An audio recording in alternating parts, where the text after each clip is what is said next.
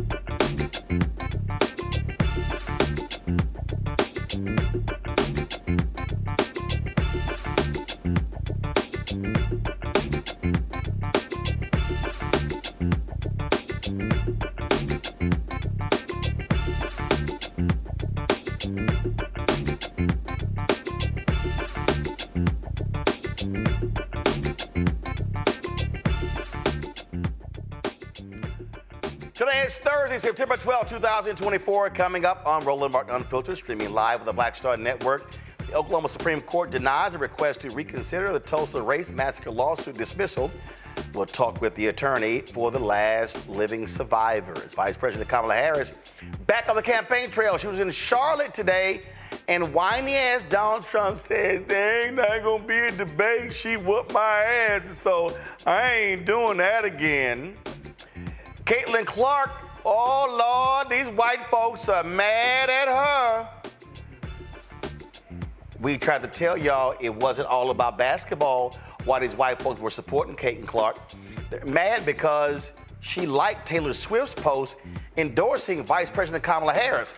And if y'all want to see and hear an absolute deranged ass, crazy, unhinged white woman, wait until we show you how Megyn Kelly responded to Taylor Swift endorsing Vice President Kamala Harris. The Black Man Lab and New Georgia Project launches the Black Man Tour. We'll talk with the chair on the New Georgia Project right here on the show. Plus, we'll tell you why a Georgia judge dropped 2 counts against Donald Trump in the Georgia election probe, but the attorney John Eastman, yeah, he ain't out of trouble.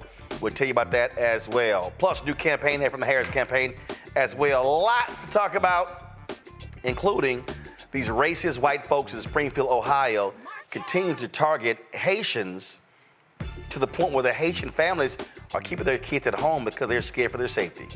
It's time to bring the funk on Roland Martin Unfiltered on the Black Star Network. Let's go. He's got it. Whatever the miss, he's on it. Whatever it is, he's got the scoop, the fact, the find. And when it breaks, he's right on time and it's rolling. Best believe he's knowing.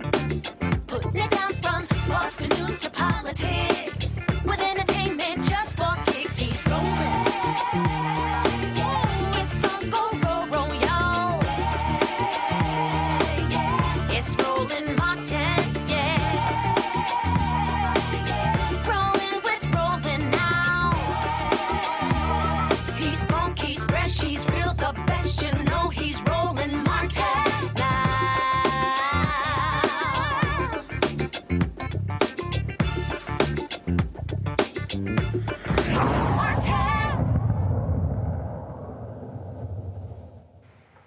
All right, folks, Oklahoma Supreme Court rejected the request from the last 2 survivors of the 1921 Tulsa Race Massacre to reconsider their decision to uphold the dismissal of the lawsuit. In June, the state's highest court ruled against 110-year-old Viola Fletcher and 109-year-old Leslie Benningfield Randall, upholding a decision by a Tulsa District Court judge to dismiss the case. The survivors filed a public nuisance claim saying they, quote, continue to face racially disparate treatment and city-created barriers to basic human needs. Their attorney and founder of Justice for Greenwood, Damario Solomon-Simmons, joins me right now. So, Damario, the question people are asking is this it? Is there anywhere else for y'all to go? Yeah, thank you, Roland. Good to see you as always. Appreciate you. Listen, this is a very disappointing decision for the Supreme Court, Oklahoma Supreme Court, to deny this particular case. And that means after 4 years of litigation, this particular case is now over with. That is devastating news for the survivors. But the good news is that we do have other legal avenues, and we're going to continue to fight. The fight continues. And I can tell you, I can speak for 110-year-old Viola Ford Fletcher and 109-year-old Leslie Benefield Randall, that they said they're still going to continue to push because they still want to see justice in their lifetime. Gotcha. I'm going to do this here, folks. We got a slight technical problem.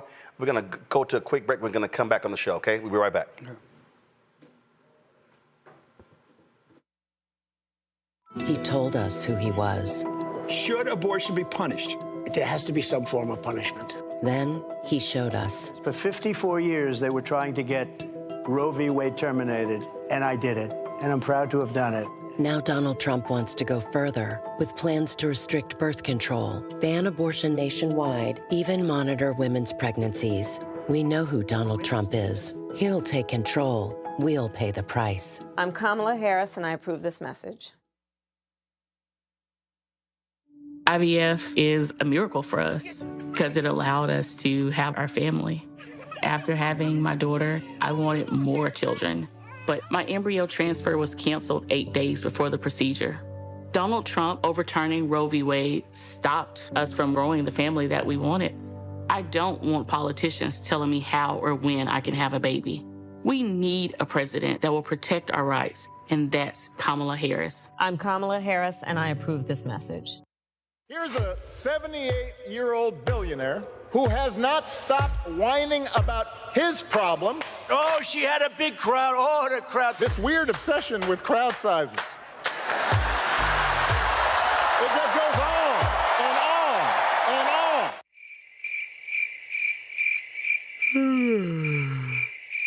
America's ready for a new chapter. We are ready for a President Kamala Harris. I'm Kamala Harris, and I approve this message. In 2016, Donald Trump said he would choose only the best people to work in his White House. Now those people have a warning for America. Trump is not fit to be president again. Here's his vice president. Anyone who puts himself over the Constitution should never be president of the United States. It should come as no surprise that I will not be endorsing Donald Trump this year. His defense secretary. Do you think Trump can be trusted with the nation's secrets ever again? No. I mean, it's just irresponsible action that places our service members at risk, places our nation's security at risk. His national security advisor. Donald Trump will cause a lot of damage. The only thing he cares about is Donald Trump. And the nation's highest-ranking military officer. We don't take an oath to a king or a queen or to a tyrant or a dictator. And we don't take an oath to a wannabe dictator. Take it from the people who knew him best. Donald Trump is a danger to our troops and our democracy. We can't let him lead our country again. I'm Kamala Harris, and I approve this message. The overturning of Roe almost killed me. I had a blood clot in my uterus that caused my labor to have to be induced because of the overturn of Roe v. Wade. I wasn't able to get life-saving treatment sooner. I almost died. And that's because of the decision that Donald Trump made. I was able to get Roe v. Wade terminated, and I'm proud to have done it. The doctors and nurses were afraid that if they treated me in the incorrect way, that they would be prosecuted for that. And that's appalling. Donald Trump says that women should be punished. Do you believe in punishment for abortion? There has to be some form of punishment. For the woman? Yeah. I believe that women should have reproductive freedom to make the choices about their own bodies. 4 more years of Donald Trump means that women's rights will continue to be taken away one by one by one by one. This has to stop because women are dying. I'm Kamala Harris, and I approve this message. Hi, I'm Isaac Hayes III, founder and CEO of Fanbase. Fanbase is a free-to-download, free-to-use, next-generation social media platform that allows anyone to have followers and subscribers on the same page. Fanbase was built through investment dollars from equity crowdfunding from the Jobs Act. People just like you help build Fanbase, and we're looking for more people to help build Fanbase. We are currently raising $17 million in a Regulation A crowdfund on Start Engine. We've already crossed $2.1 million, but we're looking to raise more capital from people just like you that deserve the opportunity to invest in early-stage startups without having to be accredited investors. So right now, I'd like you to go to startengine.com/fanbase and invest. The minimum to invest is $399. That gets you 60 shares of stock in Fanbase right now, today. and then use Fanbase to connect with friends, grow your audience, and be you without limits.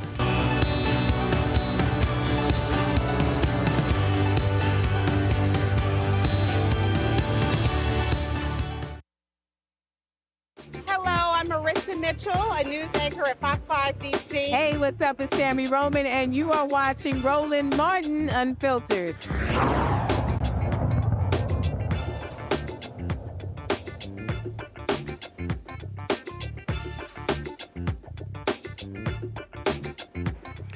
All right, folks, technical issues fixed. Let's get back to our conversation with Damario Solomon-Simmons. You were saying that you have other options. Yeah, this definitely is a disappointing decision for the Supreme Court to unjustly deny these two last living survivors an opportunity in court on this particular case. But they are resolute. They want to continue to fight, even at 110 and 109. We do have another legal pathway that we are exploring to make viable. And this is also, as you know, Roland, and many people that's been following this work, we've been calling on the Biden-Harris administration for 4 years, almost 4 years now, to open an investigation into the DOJ Emmett Till Cold Case Act. We need them more than ever. So I need everyone that's listening today to contact the Biden-Harris administration, President Biden and AG Merrick Garland, and explain and ask that they open this investigation. More than ever, we need them to open this investigation with this disappointing news today. Explain to folks the Emmett Till Cold Case Act. Because that was a bill that pursued by Senator Doug Jones. Well, actually, the Emmett Till Civil Rights is actually the Civil Rights Cold Case Act. It was actually introduced in 2007. It was passed signed into law in 2008. It was reauthorized in 2016. And this particular law allows the Department of Justice to open a criminal investigation to civil rights crimes that occurred between 1920 and 1970. And the primary purpose of the act is not even convictions, Roland, but it's to investigate and to provide answers that have been long hidden by authorities that conducted or perpetrated these particular crimes. And so this is what we have here. The massacre happened in 1921. We still know about 10% about what actually happened. We still don't know all of the perpetrators. We still don't even know all of the victims of the massacre. And we need the Department of Justice to open this investigation. Roland, do you know that the massacre is the largest crime scene in U.S. history, modern U.S. history, and has never been investigated by any level of government? Now, go to my iPad. This is a part of the DOJ. So, is the pressure should be put on Merrick Garland, the Attorney General, because he's the AG. Right. He could actually tell the Civil Rights Division to launch this. Yeah, absolutely. Merrick Garland is who we need to act here. When we've had several meetings with our good friend Kristen Clark, who is the Assistant Attorney General for Civil Rights. She's a friend of civil rights. I believe she's a supporter of Justice for Greenwood and these survivors, but it's not her call. We need the AG, Merrick Garland, to make the call to open this investigation. And again, Roland, we're not asking for them to do something special or extraordinary. We're asking them to utilize the law that is right there that they can actually use. And again, folks, if you go to my iPad, it says in 2006, the FBI began its cold case initiative, a comprehensive effort to identify and investigate racially motivated murders committed decades ago. Pursuant to the initiative, the department, I mean the DOJ and the FBI, are working together to address violations of criminal civil rights statutes resulting in death that occurred not later than December 31st, 1979. Toward that end, each of the 56 FBI field offices searched their cold case files to identify incidents which might be ripe for investigation. Since February 2007, the FBI and the division have partnered with the National Association for the Advancement of Colored People, Southern Poverty Law Center, and the National Urban League to identify additional cases for investigation and to solicit their help. I mean, certainly, this is certainly a case where murder took place. Murders took place. We know of hundreds of murders that took place. In fact, we know over 3,000 people were disappeared. We don't know what happened to them. We just know that they were in Tulsa, living their lives on May 30th, 1921, and on May 31st and June 1st, 1921, no one ever heard from them again. And Roland, as you know, we actually met with the DOJ, the two survivors, Uncle Red, who's now deceased, and Mother Fletcher, his sister. back in May of 2023, over a year ago. We met with them, we talked with the DOJ. They said they were going to get back with us, and we're still waiting, and time is of the essence. We need Merrick Garland and the Department of Justice to act today. And so all of you could go to justiceforgreenwood.org, our website, justiceforgreenwood.org. We have a link there where you could sign in and send a note, a sign-out petition. We're going to be delivering those petitions and those signatures to the DOJ along with postcards from around this nation. We need them to act now. My panel today, folks joining us right now, Dr. Ming-Yong Guy, Associate Professor, Department of Family Medicine and Population Health, Virginia Commonwealth University, Dr. Greg Carr, Department of Afro-American Studies, Howard University. Ming-Yong, your question first. Yeah, I think one of the things that I wanted to ask you, and thank you for continuing on this work. This is incredibly important work, but I think it's important for the audience to know why is time of the essence? It sounds to me that the federal government is running out the clock, so to speak, because don't you have to have survivors of this massacre in order to have standing, or is that not the case? How is it? How does that come into play? Because these individuals are older, right? And is time of the essence simply because of the fact that they need to be existing in order to have standing? And so we have to get ourselves together and push now. Is that what it is? Well, thank you for the question. Well, I get the time is of the essence for a few reasons. Number one, our client, Mother Fletcher, is 110 years old. Mother Randall, Leslie Benefit Randall, is 109. She'll be 110 on November 10th. And so time is of the essence because just like every other of the thousands and thousands and thousands of individual black folks that suffered the massacre who died without any form of justice, we do not want that to happen to them. So that's number one. Number two, you think about for 103 years, we've been trying to get justice for what happened in Tulsa and what happened to our community collectively. Tulsa, the massacre is not just about what happened to the black people in Tulsa, but it's about how it destroyed our development as a people throughout this entire nation. Number three, time is of the essence because we do not know what's going to happen in November. We're all supporting the Vice President, Kamala Harris. She should win. She's the most qualified person to ever run for the presidency, in fact. But we don't know what's going to happen. We need the Biden-Harris administration to act now while they have the power to do so. And number four, time is of the essence because my clients have gone and done everything that's been asked about them over the last 103 years. Think about that. 103 years, and yet they continue to have the door shut in their face each and every time. So we need to get justice for them now, and this fight will continue, but we want them to see some form of justice. Greg Carr. Thank you, Roland. It's always good to see you, Brother Damario. Yeah, Dr. Carr. Yes, sir. Yes, sir, Counselor. Looking at, and I would encourage everybody, in addition to going to sign to make sure that we get Merrick Garland off his behind and on this, to go to justice.gov and look at the list of the cold case closing memoranda here under the Civil Rights Division. It is literally a history book of violence against black people. Not just black people. I see Jim Reeb on that list, Schwerner, Goodman, and Cheney, of course, on that list. Of course, Emmett Till, so many others. And this is a follow-up to Dr. Guy's question on standing.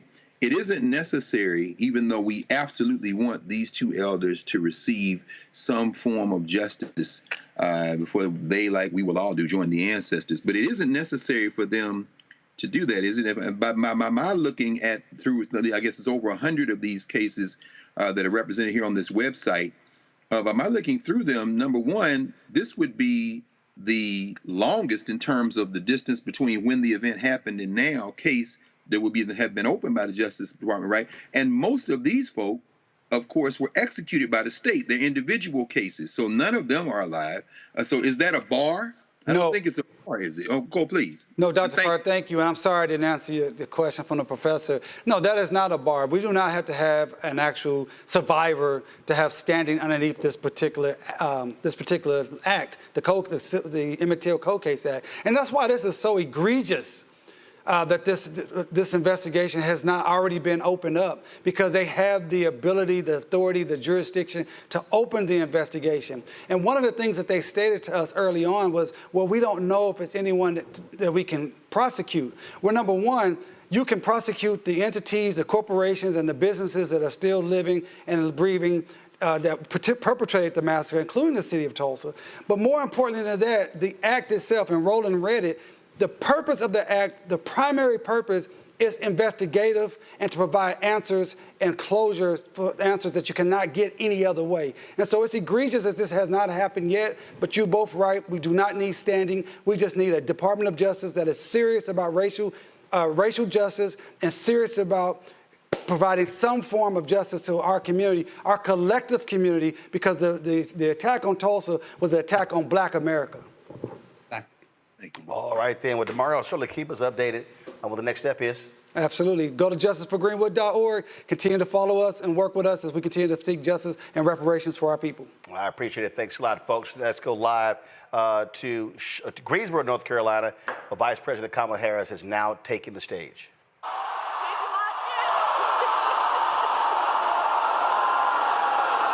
And look, I believe we owe it to have another debate.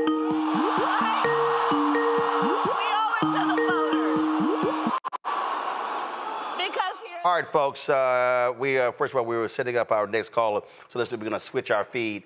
Give me 1 second. I'm going to go to a separate feed for Vice President. Okay, guys, go ahead and pull her up. America, like bringing down the cost of living, investing in America's small businesses, protecting reproductive freedom.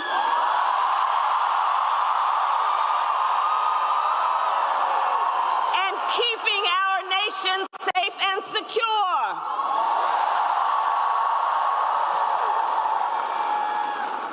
But that's not what we heard from Donald Trump. Instead, you know, and I called it at the beginning of the debate, it was the same old show. Same old tired playbook we've heard for years, with no plan for how he would address the needs of the American people. Well, folks, look, it's time to turn the page.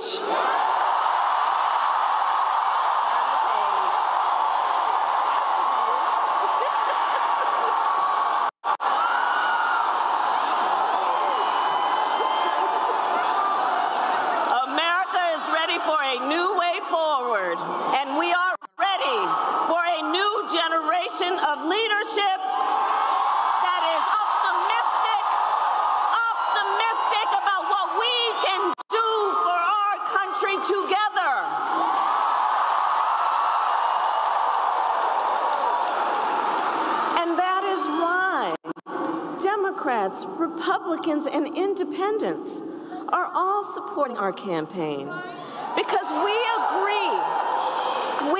agree we have a duty as citizens to put country above partisanship and defend our Constitution. And that is my pledge to you. I will always put country above party. From the courthouse to the White House, I have always fought for the people. Always fought for the people.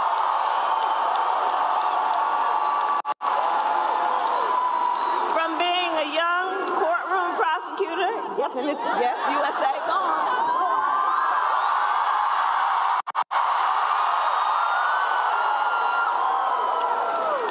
Being a young courtroom prosecutor in Oakland, California, I stood up for women and children against predators who abuse them. As Attorney General of California, I took on the big banks and delivered $20 billion for middle-class families who face foreclosure. I stood up for veterans being scammed by big for-profit colleges, who were being cheated out of their wages, the wages they were due, for seniors facing elder abuse. I will be a president for all Americans.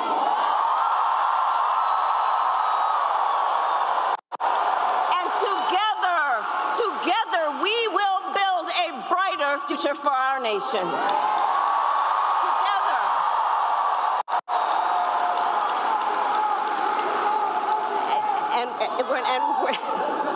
All right, Newt.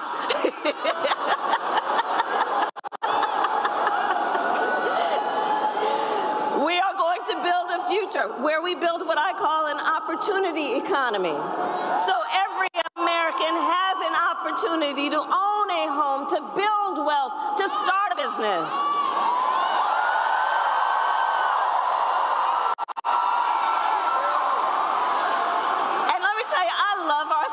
businesses. Are there small business leaders here? Raise your hand.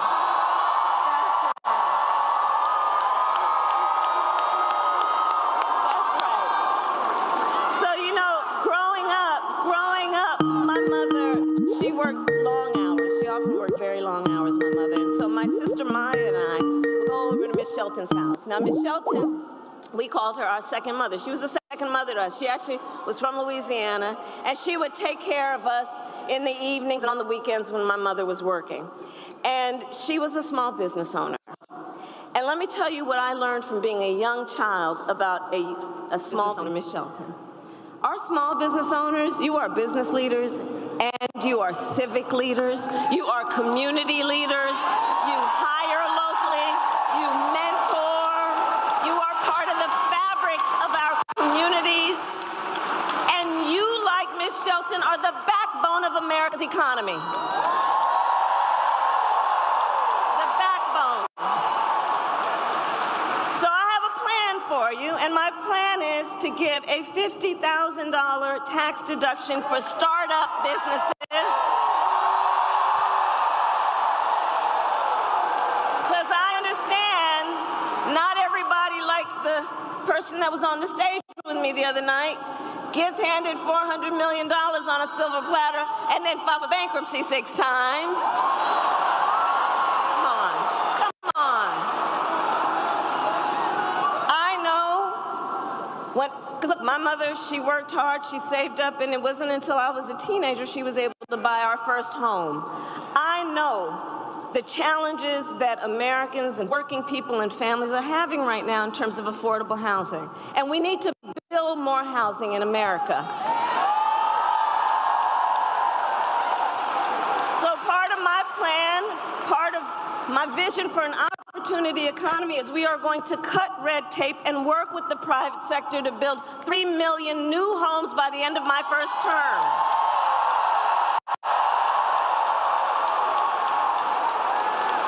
And I have a plan to lower the cost of living for America's families on everything from health care to groceries, including taking on price gouging and those corporations when they take advantage of people in need.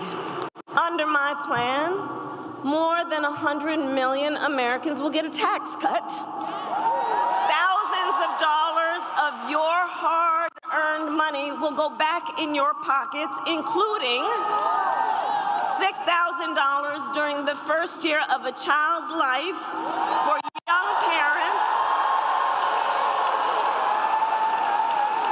knowing in that critical stage of your child's development, you might need a little help, not just to get by, but to get ahead. And I will always put the middle class and working families first. I know where I came from. I know where I came from. I'm clear about that. Now, Donald Trump, well, he has a different plan. Just Google Project 2025. I see you have. It is a detailed and dangerous blueprint for what he will do if he is elected president. Donald Trump will give billionaires massive cuts, massive tax cuts, and cut corporate taxes by over $1 trillion, even as they pull down record profits. He intends to cut Social Security and Medicare. And he wants to impose what I call a Trump sales tax on everyday basic necessities, which will cost the average American family nearly $4,000 a year. Some of the top economists in our country and in the world have reviewed these plans. Goldman Sachs, for example, has said that my plan would grow our economy and his plan would shrink the economy. That his plan would reignite inflation and send us into a recession by the middle of next year. On top of this, On top of this, Donald Trump intends to end the Affordable Care Act. Now think about that. Think about that. We remember what it meant when insurance companies could deny you for a pre-existing condition. Remember what that was? So he wants to get rid of it. And as he said in the debate, he made clear he has no plan to replace it. In fact, you remember? Concept. You remember? He has, quote, concepts of a plan. Concepts of a plan.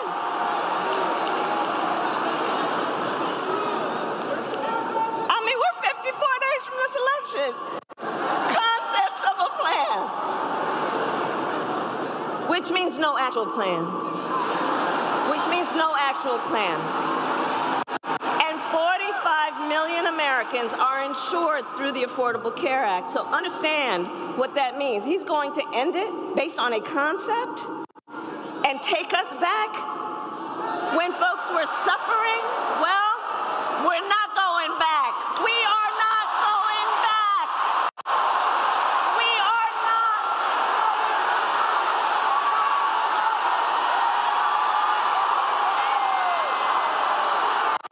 We're not going back. No, not going back. No, we together will move forward because ours is a fight for the future.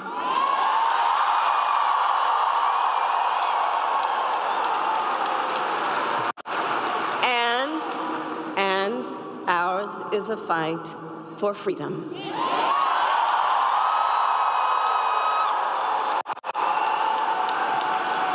Like the fundamental freedom of a woman to be able to make decisions about her own body and not have her government tell her what to do.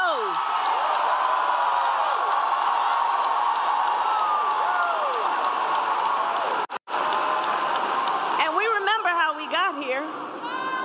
Donald Trump hand-selected 3 members of the United States Supreme Court with the intention that they would undo the protections of Roe v. Wade, with the intention they would undo the protections. And they did exactly as he intended. And now more than 20 states have a Trump abortion ban, including North Carolina and every single state in the South except Virginia, many with no exceptions, even for rape and incest. It is immoral. Immoral. And I know everyone here understands. Let us agree. One does not have to abandon their faith or deeply held beliefs to agree. The government should not be telling her what to do with her body.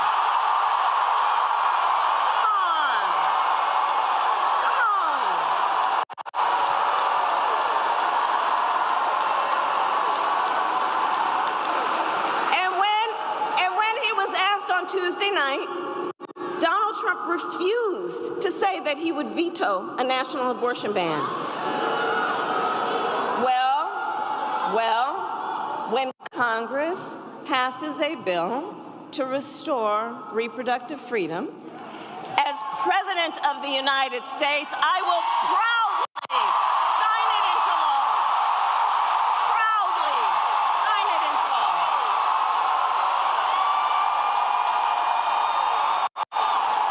We are not playing around. And across our nation, we are witnessing a full-on attack on hard-fought, hard-won fundamental rights and freedoms, like the freedom to vote, the freedom to be safe from gun violence, the freedom to breathe clean air and drink clean water, and the freedom to love who you love openly and with pride.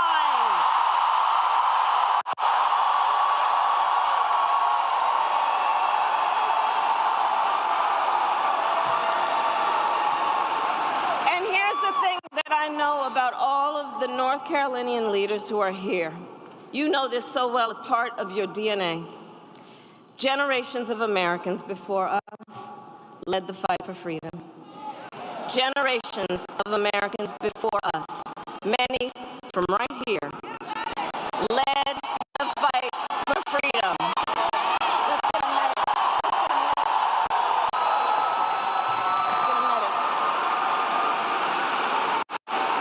Do we have a medic? Let's get a medic over there, please. Let's get a medic over there. Yeah, but let's make sure. See, this is who we are. We look out for each other. That's what leaders do, looking out for each other. Okay, we've got a medic. Okay. So generations of Americans before us led the fight for freedom, and now the baton is in our hands. The baton is now in our hands. And we who believe then in the sacred freedom to vote will finally pass the John Lewis Voting Rights Act and the Freedom to Vote Act. And we who believe in the freedom to live safe from gun violence will finally pass an assault weapons ban, universal background checks, and red flag laws.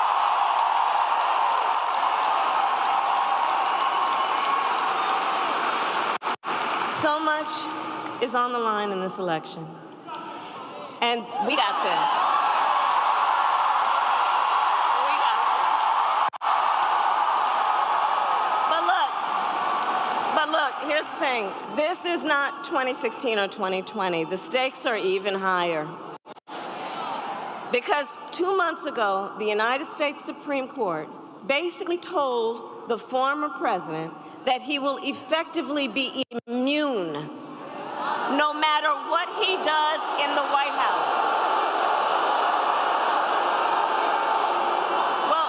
Well, here's the thing. The courts will take care of that. Let's take care of November. How about that? All right?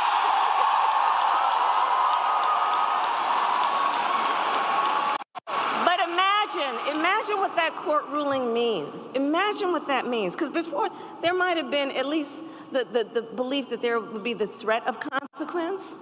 But now there's an explicit ruling from the court that suggests he would be immune. Imagine Donald Trump with no guardrails. Imagine what that would look like. He who has vowed, if reelected, he will be a dictator on day one. He who called for the, quote, termination of the Constitution of the United States.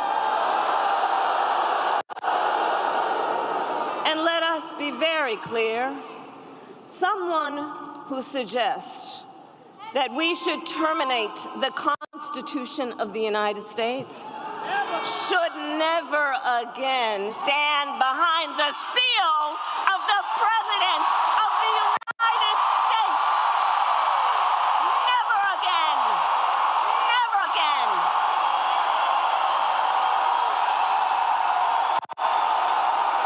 Never.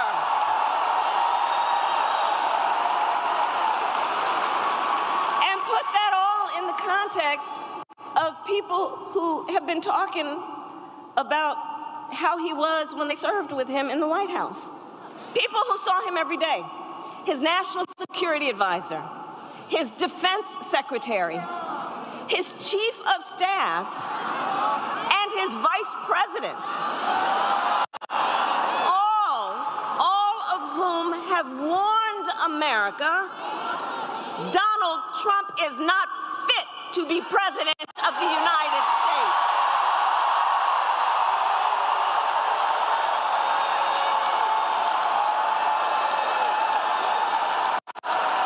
And should never occupy our nation's highest office again. So North Carolina, I believe it all comes down to this. We are here together. We are here together because we love our country. We love our country. And we together understand understand the awesome responsibility that comes with the greatest privilege on earth, the privilege and pride of being an American.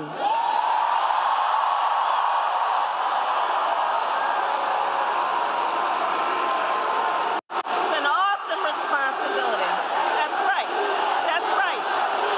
That's right. That's right.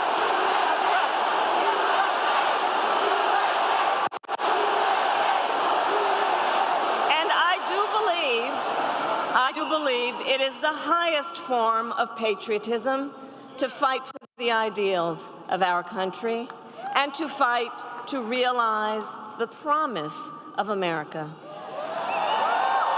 And so, North Carolina, we have 54 days until Election Day. 54 days until Election Day. And just 35 days until early voting begins.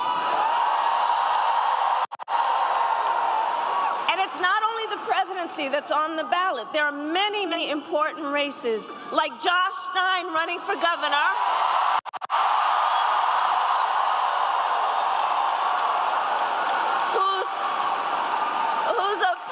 Whose opponent was handpicked by Donald Trump because he wants a total ban on abortion in this state.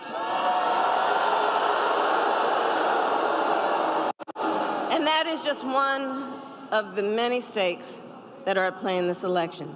But see, we know the power is with the people. The power is with the people. Your voice is your vote, North Carolina. And you are going to make all the difference in the outcome of this race. And look, we know ours will be a very tight race until the very end. We are the underdog. Let's be clear about that. We are the underdog. And so we have hard work ahead of us, but we like hard work. Hard work is good work. Hard work is good work. And with your help, we will win. We will win. And so I ask you today, North Carolina, are you ready to make your voices heard? Do we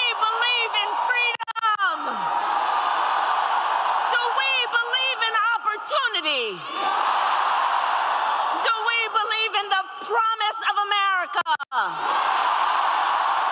And are we ready to fight for it? And when we fight, we win. There you go. God bless you, and God bless America.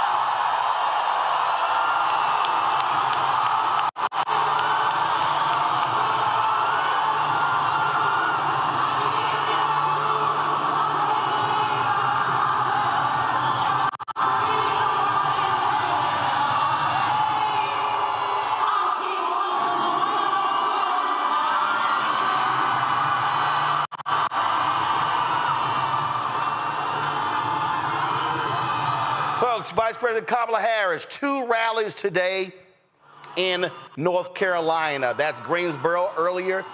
She was in Charlotte, and so sold out arena, jam-packed in both of those states. The momentum is certainly on her side. You know, it drives me crazy when her campaign does that. I've even told them that. I'm like, don't cut the damn feed. Y'all cameras are still there. I've told them that. I'm like, so, okay, I know some of y'all watching. It's a pet peeve of mine, okay? Listen, your cameras are there. You're already live. When a rally is over, you don't just end the feed. You stay on her. She's going to be waving. And that's what you do. I don't understand why they cut the feed. Ain't like they about to pack up. I'm just saying. It drives me crazy when they do that. The White House does that too. I'm like, it does. I'm like, it drives me absolutely crazy. You stick with the feed. I don't get it. But bottom line is, 2 huge rallies today in North Carolina. That is a crucial state. You heard her in her speech reference Josh Stein, who is the Democratic nominee for governor, running against that crazy, deranged fool, Mark Robinson, who is the lieutenant governor. I saw one poll showing Stein having a 12 to 14-point lead, but it's a lot tighter in the presidential race. Remember, the last time Democrats won North Carolina was in 2008, when then Senator Barack Obama won North Carolina by 14,100 votes, and he won that because of a massive black turnout. That needs to happen as well. And so North Carolina can actually be flipped, but it's about working on the ground, going to those rural places there in Georgia. Going in North Carolina. Very similar to what happened in Georgia in 2020 as well. So I want to talk about this with also, I'll say this here, Donald Trump.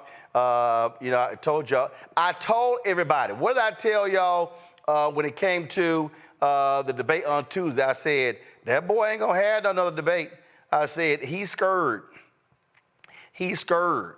And so you saw when he lost the debate on Tuesday night, he went right to the spin room because he knew he lost. And then he was claiming, oh, the polls showed us 90, 85, we want, boy, shut up. But that's how he lies. Well, he had a rally today. I don't know where in the hell he was. I don't really care. And so this is actually what he said. But I told y'all, wasn't going to be no another debate. When you smack a white man that bad one time, he ain't going to do it again. Here we go. So because we've done 2 debates and because they were successful, there will be no 3rd debate.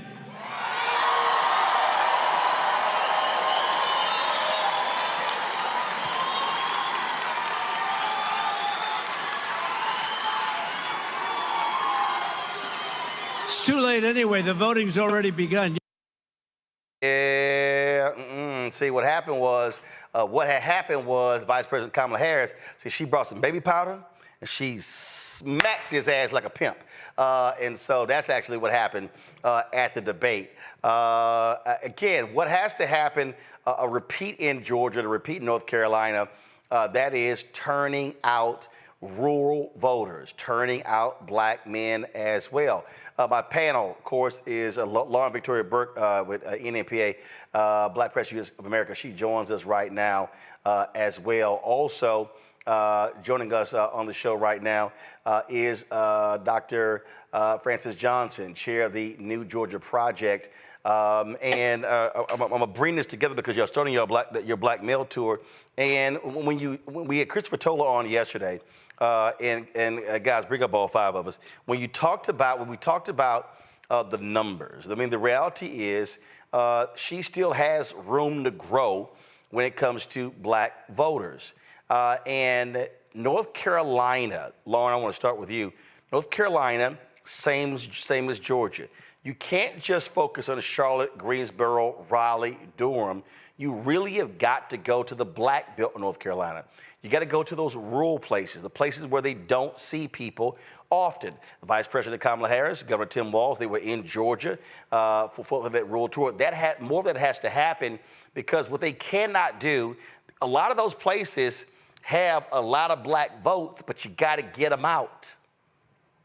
Yeah, and a lot of people that probably haven't seen a Democrat in a long time. Obviously, when they went to Georgia, they went to Savannah, which was a really, I think, a surprise to a lot of strategists. But here it is. I mean, when you have a really close race, and that race in Georgia promises to be close, and anything I think in North Carolina promises to be close, I think the Republicans have a problem with their top of ticket, Mark Robinson. I just walked out of a reception downtown Washington, D.C., and Mondale Robinson was there. We had a very lively talk about black voters, as we typically do. And he was pointing out much the same thing. And the thing to really pay no attention to really is the punditry and people who don't analyze black voters. And I would say also particularly ignoring the New York Times, which is very strange. All the data projects that black voters are energized. There was a report a few minutes ago from Target Smart that Taylor Swift's announcement is bringing in something like 8,000 or 9,000 registrations per hour. You could assume that is probably for Team Blue, particularly since Taylor Swift endorsed the vice president. But on top of that, and what you just said, Roland, about rural, these are the things you have to do in a close race. These are the things that could really matter, and particularly for Georgia and North Carolina, and certainly Pennsylvania. But Georgia and North Carolina, this is going to be a very close race, no matter what anyone says. And these types of moments where we see these registrations and we see the vice president campaigning in what would be considered non-traditional places for Democrats, it could really matter in the end. But when we talk about going to those places, Mignon, what has to happen is it has to be not just the vice president and Governor Tim Walz. This is where you've got to have an aggressive surrogate campaign. This is where you've got to be holding lots of events. I go back to 2020 when I was on the ground in the runoff for Warnock and Ossoff. And you had New Georgia Project, you had Georgia Stand Up, you had Black Voters Matter. You had folks who were holding rallies. They were having concerts. Now granted, it was COVID, and so it was parking lots and things along those lines, but they were touching the people. They were talking to the people. They were going there. They were going to places in Georgia. They were going to places in Georgia like Albany. They were going to Jonesboro, Statesboro, or go those places. And so to me, if I'm putting together, again, if I'm working on the campaign, and I'm putting together a map, I'm putting together a map of North Carolina and Georgia. And what I'm saying is, okay, I'm looking at all of these places. So give me the places, I want to know first, the places where the black population is 50% or higher. And then I'm going down 40, 30, 20, 10. And I'm now separating that. So I now want to say, okay, now where am I sending people? Where are we having events? Okay, you got all these entertainers. Okay, I don't need y'all in Atlanta. I don't need y'all in Charlotte. I don't need you in Greensboro. I need to send you to the places where they never see entertainers. Oh, now I'm looking at this place here. And okay, if I'm in North Carolina, let me look at the overlays. In these precincts here, how many of these people voted for Obama in 2008? But didn't come back and vote in 2010 midterms? How many voted in 2012, and then 14 midterms, then 2016, then 18 midterms, then 2020, then 22 midterms? Now that's giving me an idea of where I need to be sending people. That, to me, is the depth in which not only the Harris campaign should be looking at, but the Democratic National Committee, and also all of these damn PACs that are taking in crazy amounts of money, and they're dumping that money on television. But in many of these places, and we're going to talk about this here with Francis, a lot of these places, you got these small little gospel stations that preachers have, whatever, that are reaching the community that folks are not tapping. That's where your margins are going to come from in terms of the victory. Absolutely. 100%. Francis, 1 second. Mignon, that was for you. I'm going to come back to Francis. Okay, Hold on. Sorry, you went on a little while. But I called your name for a reason. That was called teeing you up. I got you. See, if you had your Time Life headset on, you would have figured that out. You just hate the fact that you can't wear them on your head. That's all. No, I can. One of the things I think you're 100% right? The campaign and these individuals have to tap these untapped markets. But one of the things I really want all of us to remember, I have so many things to say right now. I'm thinking Nicole Hannah-Jones, America wasn't democracy until Black people made it one. That's what I was hearing when I was listening to Vice President Harris.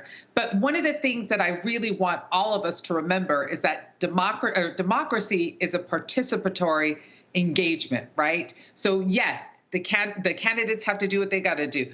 All of their folks, their surrogates, they have to do what they have to do. But we all know people in those neighborhoods as well. We all have someone that knows somebody who knows someone in those communities as well. We can have a cookout. We can have our own gatherings. We can engage ourselves as opposed to just waiting for them, right? Because my concern is that we see this money coming into the campaign, and yes, the strategists will put their money where they need to, and hopefully, but we have to always remember the fact that they are only one layer of all of this. This is about us. So the question is, what can we do as a society? What can we do for our own community? Because if nothing else, Donald Trump is an existential threat not only to democracy, he is an existential threat to Black America. And that's what we have to think about. That's what we have to remember. Not out of fear, because we've got this, but we absolutely have to engage ourselves. I watch my sisters text all the time, and they watch this as if it's like a reality TV show, you know, and I have to turn it off sometimes because I'm like, this isn't reality TV. These are our futures at stake, right? So what are we going to do to make sure that we see the finish line with this candidate and make sure that we hold them accountable for all of their promises that will, in the end, benefit all of us as well? Greg, again, listen. We also understand the role that money plays. Go to my iPad, Steve. 24 hours at the debate, $47 million raised by the Harris campaign, the second highest haul after the decision that Biden was stepping down. 600,000 individual donors. Bottom line is, this is, and I keep saying this, it's ground game, ground game, ground game. Strategists cannot be fixated on television airwaves. TV is important. Digital is important, but this is where you're going door to door. You're studying precinct numbers. You're touching people 4 and 5 times. You're explaining to them the policies. That's what is going to be the difference. And when you start adding up 500 here, 600 here, 300 here, right there, you're talking about that's 1,400 votes. Remember, Obama won the state by 14,100 votes. You start doing that, you start picking up another 50 votes with every precinct in North Carolina. That's the margin of victory. You win. Absolutely. It's interesting, the energy we're seeing now. We all remember you taking the Roll-Mobile down into Georgia, and everybody moving down there for that runoff. Everybody knocking on doors, including people like the folk from Until Freedom and everyone else, all the way across the spectrum to the hardened politicos. And Dr. Johnson, will be interesting to hear you talk about that. I know y'all on the ground there then, and now coming up with New Georgia and our friend and brother Mauli Davis with Black Man Lab. That energy seems to be coming up again, except we knew it was for all the marbles in that little window between the election and the runoff with one up. And I saw, watching the vice president in North Carolina today, both speeches, she's looser, she's closer to herself, it almost feels like. You saw that little shout out to Cap Alpasai there from the podium. She's showing a little black. She said, I knew. She said, okay, look at her trying to get a little loose with it, right? Interestingly enough, though, the Democrats are trying to reclaim patriotism. That's an interesting move. Notice the cultural shifts. Dick Cheney and those folks, open enemies of our common humanity, have endorsed Kamala Harris. What does that mean? I think in part it means that they think that national security, that their nationalist project is safe in her hands. Then you see the cultural warriors like Taylor Swift. The pop culture takes its shift. Then you see the New York Times, to your point, Lauren, I think in part, I read the New York Times every day with my hand pinched against my nose, but David Brooks just dropped his op-ed for tomorrow on the website, and he's talking about how a cultural shift could help Harris. The New York Times is always wrong, but now they seem to see where the wind is. They see where the wind is blowing. So they're trying to back up, as Lawrence O'Donnell said last night on MSNBC. They're trying to back up from their sane washing of Donald Trump. After Tuesday night, it's almost like everybody wants to pick her as the winner. And the trendy, Tim Walz today in Grand Rapids, Michigan, instead of saying we won't go back, the crowd started chanting we won't eat cats. So, the momentum is seeming like it's the normal people versus the weirdos. And Kamala Harris seems to be opening a kind of sensibility that I think, and Roland, you remember this, of course, when you invited then Senator Harris down to the TV One studio. And one of my former students, graduate now, was on her staff. And as they were coming in and out of the studio, she was playful. She was kind of This Harris we saw at the podium today is closer to the Kamala Harris people know when the microphone is off and the lights are down. And I think that's going to trend in her benefit as this country gets to pick between a sane person and this fool. And that number picking for the fool seems to be, if not shrinking, scared that they're about to hit an avalanche if we do what needs to be done. I think the tours like the one that y'all launching, this Black Man Tour, are important. You have to touch people. You have to touch them.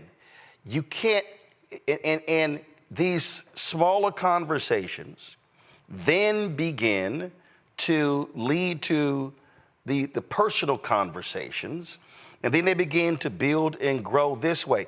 I keep reminding people what the date is. It's the 12th of September.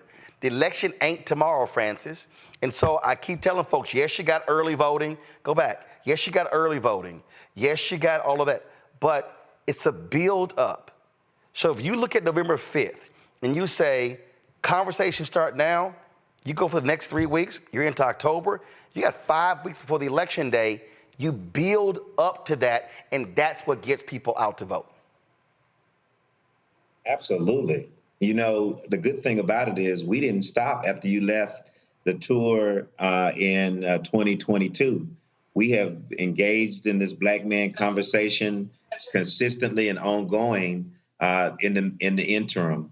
And additionally, the New Georgia Project has been building power in these communities every day, 365 days and 366 days, because this is a leap year. And in these last 54 days before Election Day, we know our assignment, which is to turn out those communities that we've been in conversation with this whole time. We just wish that the rest of the apparatus that claims they want victory would share in the resources they have in this final push. Well, that's one of the reasons why when we had our Win with Black Men call, we made a strategic decision to not send all the money to the campaign. And there were some people who were upset by that. And I told them, I don't give a damn. I literally said, I don't give a shit what you think. That was a quote. And I said, and we will do it again. Because the point that I made is, I'm not interested in black folks. We can raise money, but I'm not interested in raising money and sending it somewhere and then begging to get it back. Now, no, we gonna distribute. We gonna distribute it ourselves. And what I keep saying, Francis, that has to happen. You have to plow money into the ground. You have to. The numbers are the numbers. I understand media. I'm in media. But even with what we do things differently, even on this show, when we take the show. So when somebody says, well, what about political advertising on Black Star Network? It allows us, the political advertising, commercials you see, allows us to take the show on the road. It allows us to do what we did when you were on the panel there. It allows us to go to those towns in Georgia. We literally went so far east in Georgia, we flew into Jacksonville to get there. We flew into Jacksonville, Florida to get there. And that's what this requires when you start looking at margins. It can't just be television ads, radio ads. It has to be on the ground where you're having the conversations. I keep saying you have to educate and enlighten people first before you can then ask them to register. Then you got to keep educating and enlightening them after they register to then go vote. It takes at least 5 touches, and we know that between now and Election Day, we will touch another 1 million Georgians all over, in the cities, in rural Georgia, and all across the state. We will engage in 250,000 phone banks run by D9, churches, mosques, temples, the Masonic Lodge. Tomorrow, we're convening the Black Man Lab Tour with the Prince Hall Masons, 10,000 strong in Athens, and a conversation around men, and that will continue for 13 cities. We will register another 10,000 folks for a total of 60,000 this election cycle alone. We understand that this cycle is important, and Donald Trump and Kamala Harris are on the ballot, but our families are on the ballot, And when you put that in front of the segments of our voting demographic, our new majority here in Georgia, that's important to Black men, Black women. It's important to all of the folks who need to turn out for the win to happen in Georgia again. The Black Man Tour that y'all are doing, first of all, how many towns, cities are y'all planning to hit? 13 cities across this state, starting in Athens. We'll go across all of those places you linked up earlier that have voting populations above 50%. And we'll include some places that normally wouldn't make that list, like Statesboro. That is the growing hub of a new area in South Georgia, where there's an investment from the Biden-Harris campaign in terms of solar and green energy, which is why there's an $8 billion electric vehicle plant being built there. You're seeing white farmers convert to solar farms, and make no mistake about it, they may have voted for Trump and the Republicans before, but they understand that the future of their solar farms now are in the hands of people who believe that there is a crisis in terms of our environment and that the green agenda makes sense for them, dollars and cents for them. So that's why she was in Savannah, because the largest investment in green energy in the South is 4 miles outside of Savannah in a place called Pembroke, Georgia.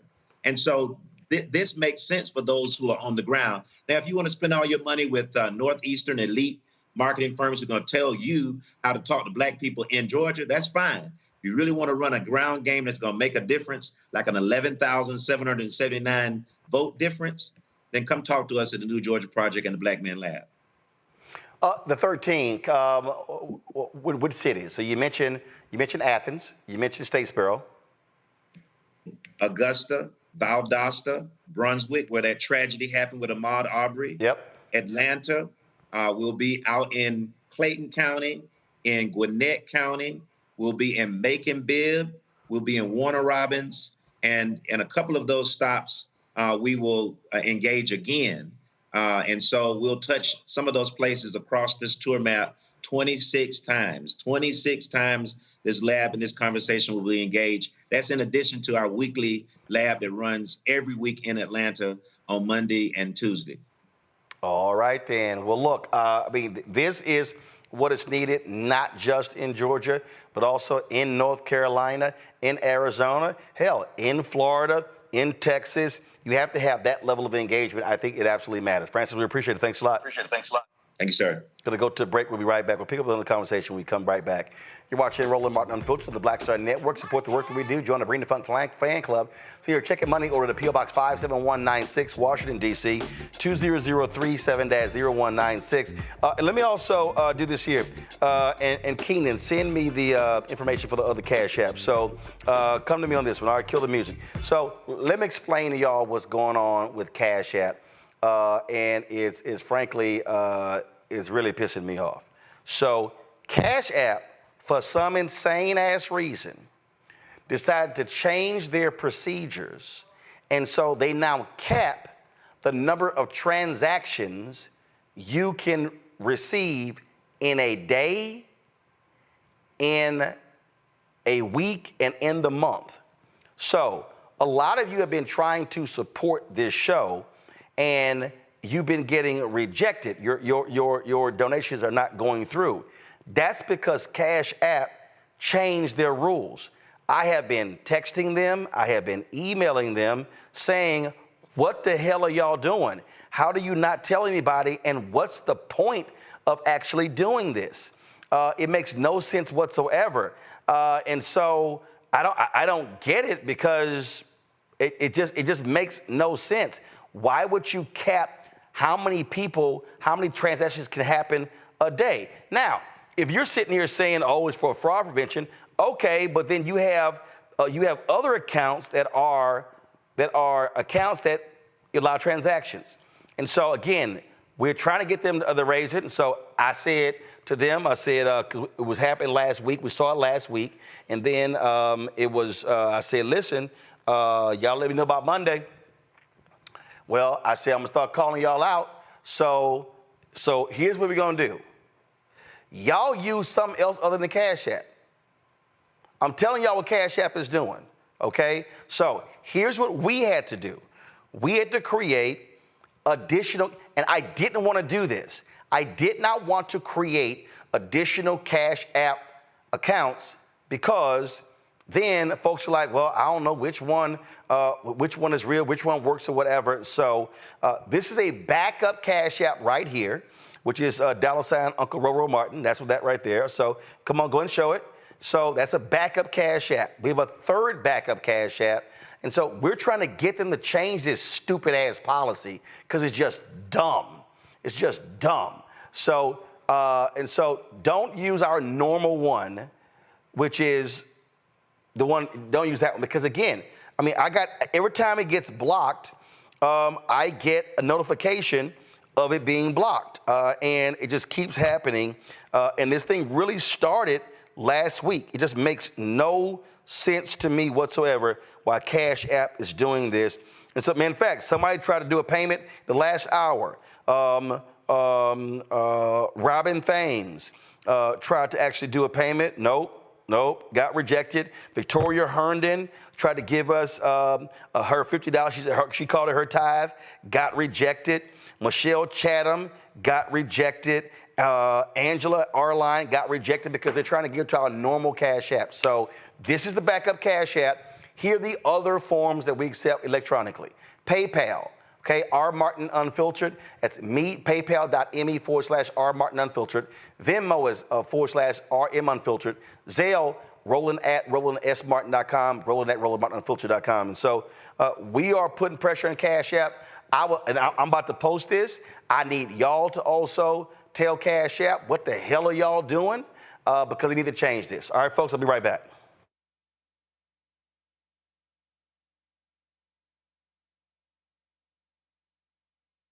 He told us who he was. Should abortion be punished?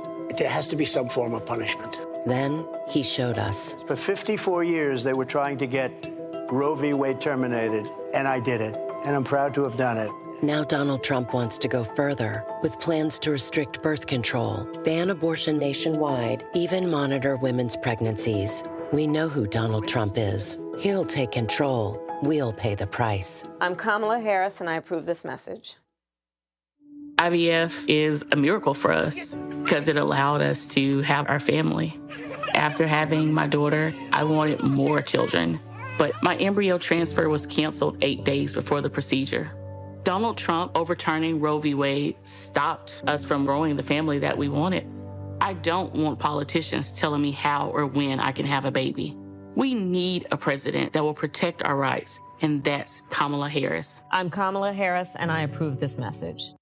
Here's a 78-year-old billionaire who has not stopped whining about his problems. Oh, she had a big crowd. Oh, the crowd. This weird obsession with crowd sizes. It just goes on and on and on.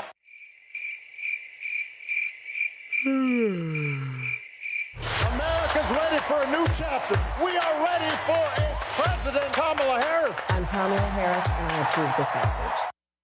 In 2016, Donald Trump said he would choose only the best people to work in his White House. Now those people have a warning for America. Trump is not fit to be president again. Here's his vice president. Anyone who puts themselves over the Constitution should never be president of the United States. It should come as no surprise that I will not be endorsing Donald Trump this year. His defense secretary. Do you think Trump can be trusted with the nation's secrets ever again? No. I mean, it's just irresponsible action that places our service members at risk, places our nation's security at risk. His national security advisor. Donald Trump will cause a lot of damage. The only thing he cares about is Donald Trump. And the nation's highest-ranking military officer. We don't take an oath to a king or a queen or to a tyrant or a dictator. And we don't take an oath to a wannabe dictator. Take it from the people who knew him best. Donald Trump is a danger to our troops and our democracy. We can't let him lead our country again. I'm Kamala Harris, and I approve this message. The overturning of Roe almost killed me. I had a blood clot in my uterus that caused my labor to have to be induced because of the overturn of Roe v. Wade. I wasn't able to get life-saving treatment sooner. I almost died. And that's because of the decision that Donald Trump made.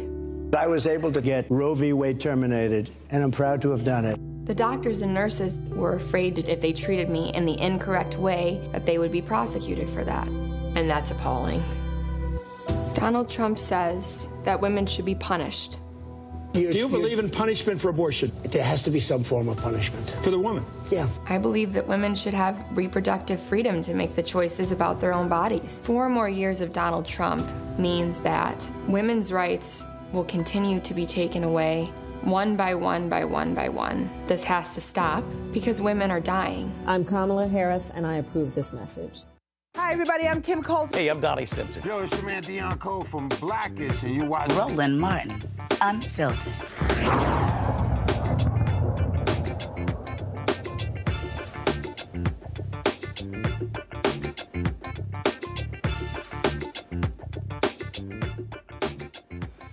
The conversation we were just having about, again, how do you reach folks, really is a crucial one as we are now less than 60 days into the campaign. Lauren Victoria Burke, I want to go to you. I mean, I'll give you an example. When Don Scott hit us up and said, hey, man, I want you to come help us out in Virginia in 2023, what you did for Warnock in 2020.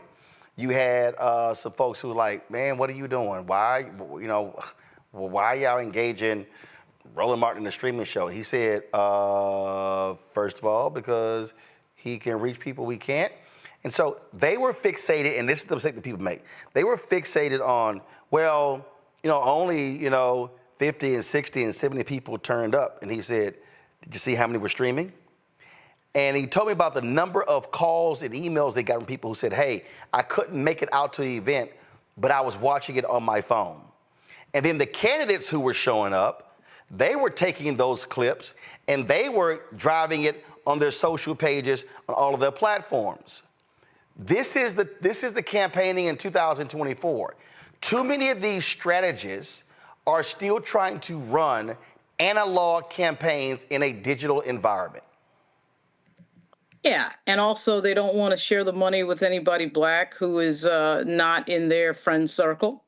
To your point, Roland, with regard to the money, with regards to the win with black men call and let's spend it on television. I mean, it's incredible to me.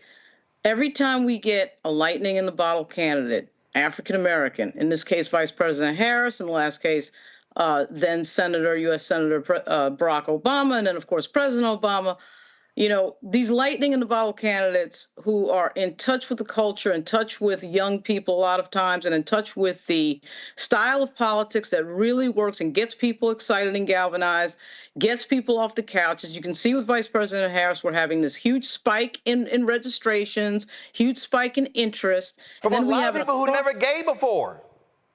Right. A lot of people who never gave before, first-time givers and small donor givers, which tells you that they want to be a part of it. They want to be a part of the history and a part of the moment. We saw the same thing in 2008. We have this added component that it's a female candidate as well. You have that going on. And then you have this across the board, across demographics interest, from white dudes to white women to black men to black women, of course. And you're telling me that person that raises a record amount of money, who happens to be a black female candidate, everyone else's demographic is controlling the money. You've got to be kidding me. I mean, it kind of reminds me of the NFL. The black players bring the gate, they bring the money, they bring the excitement, they bring the fans, and then a bunch of white folks are making the decisions about where the money is spent. And in this particular case, what we find is that, particularly with television, the money is just going to the same people, same pollsters who may or may not have been correct last cycle. Quite frankly, many of them are not correct. And then they get the contract again and again and again and again. It makes absolutely no sense. The ground game does not get spent on, because the ground game are, in fact, the folks in the streets and the folks that are not TV. And typically, a lot of times in these communities, black folks knocking doors. So there's a reason why all of a sudden, we can't do ground game. But with this type of money around, when you have $500 million being raised and counting, there's absolutely no excuse to do ground game because you have all this money. When you start dividing this money, by the way, it gets to a point where you do have to ask the question, where exactly is this money going? Where is it being spent? We only have but so many contested House races, for example. There's like 30 maybe that are frontline races. And so if you put $2 million per race, that's only $60 million. And they're in the $500 million category. So it will be interesting to see who gets these contracts, who gets this money, where this money is spent, and what exactly the strategy is on the ground. I can't tell you how many times, Greg, I have talked to campaign people who are frustrated with some of these decisions. And again, Warnock won in Georgia in 2022. In 2020, that was ground game. I get the little commercial where they had the puppy. I get all of that, but it was what the folks in Georgia did. They were going door to door. They were sitting here having those events. That's what did it. And that's what Vice President Kamala Harris is going to need to beat this thug. Absolutely. Lauren evoked the number, and it's quite staggering to think. $500 million, and as you said, Lauren, and counting. That's a staggering number. And to read the reports of the last couple of weeks that the Harris campaign is starting to transfer money to the down ballot is very encouraging. We know that things change. We know the technologies change. We know that 2024 is not 2008. And as I said a moment ago, we all remember the runoff when everybody was energized and hit Georgia. Well, to seize that momentum that Lauren just talked about, this kind of infectious momentum that in 2008 built, of course, after Obama placed in the Iowa caucuses the way he did, and Will I Am released that remix, Yes We Can, of the speech that kind of triggered everything. The difference between 2008 and now, and the thing that the Republicans are working hard to try to overcome early, Trump was in Arizona today, for example, perhaps the factor that is more relevant now than it's ever been is early voting. BANK, bank the vote. If you've got this momentum going now, spread out that ground game over the arc of the next 2 months. We know, as Rebecca said the other night during election coverage, as you remember, she said, early voting in Pennsylvania starts next week. So if you're going to have a rally, drive those people to the polls and tell them to vote now. Bank that vote. We know the Democrats run up leads that then evaporate on election day. Will run up an even larger lead. You got so much money now that kind of ground game campaign almost has to be, at least partially, because I agree with you wholeheartedly on the day itself and driving people and the small towns and the places people haven't reached, but also, maybe adjust that part that emphasizes doing some of that work, since you've got all this money with those door knockers and getting people out over the arc of the rest of these 2 months. Early voting starts October 15th in Georgia. There's a possibility that some of that chicanery that they've hired all these hillbilly election judges and all these folks, realizing that that's only the next step to the ultimate try, which is to control these state legislatures and these election judges and take the power to the state level and literally give the electoral votes to the loser of the campaign, which if they try that at this point, they're going to have to fight everybody from the Pets to Caitlin Clark. The early voting might have a kind of role in this election that it's never had before. But only the work will reveal whether it does or not. Mignon? Yeah, I think, now that I'm thinking about what you're saying, I think the ground game is really important, but more so because we have this momentum. We're on this high right now, but we have to understand that the pendulum's going to swing, and there's going to be a lot of attacks on Vice President Harris and on the campaign and on Tim Walz and things of that nature. So yeah, it's really important to get people on the ground right now. It's also really important to get people to get to early voting right now, because we haven't even begun. The Republicans or the far right wing, whatever they are, I'm not really sure anymore. They're just spinning right now, but at some point they're gonna find their footing, and they're gonna come out with their guns blazing, so to speak, or fists swinging, right?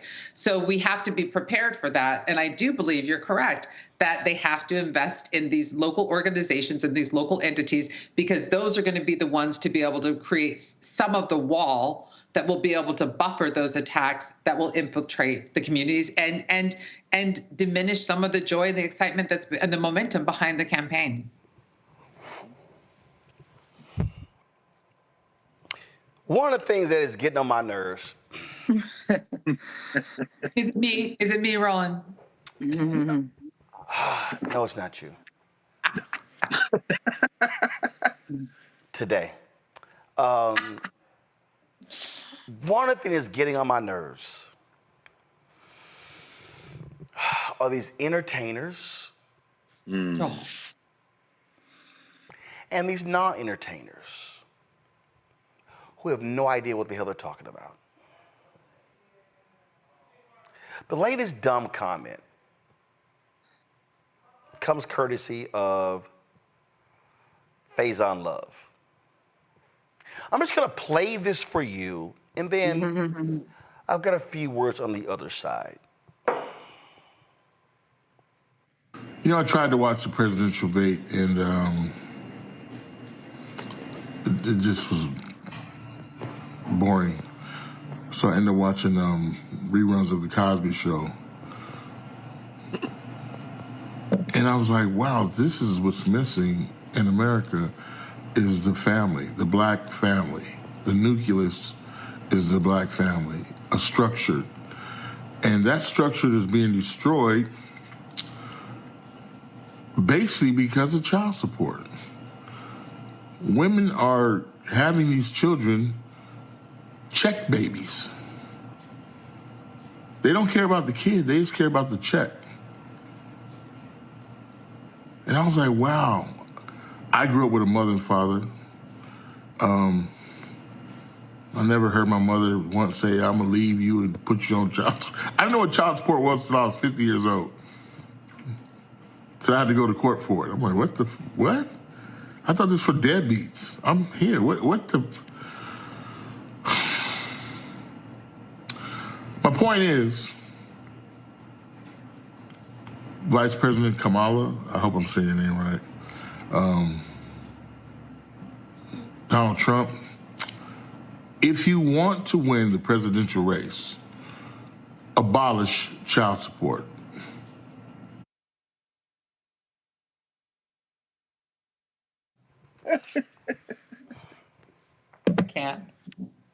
I can't. Okay, so Faison Love says a lot of these women are having check babies. Check babies. Like Melania? So are they impregnating themselves, Faison? Is the guy not there? Just wondering. The guy can't slap on a condom? I'm just trying to understand what, and see, this ain't just him. It's other men out there, black men, white men, Latino men, out there whining and complaining, man, this child support. Yo ass laid down, knocked the boots. It's called responsibility. But that's really not what I'm going to focus on. So Faison Love said, oh, no, go back, leave it. Faison Love said, I ain't watched the debate. It was boring. I put on the Cosby Show. But your ass should have watched the debate. Because maybe what you would have learned, Faison, is that the people running for president of the United States, that's federal. Let me ask you this, Faison. Have you ever seen somebody go to federal court for child support?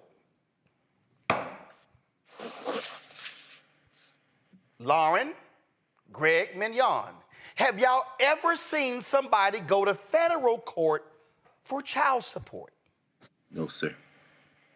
No. No. That means that if they went to court, it was state court. Yeah. That means, Faison, if you live in Georgia, and you know what? Let me just look this up. Because see, we just had the example where Tyrese was in court complaining about child support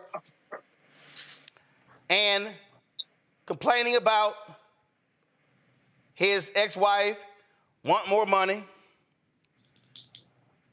And what is, let's see here. This is the NBC story. Let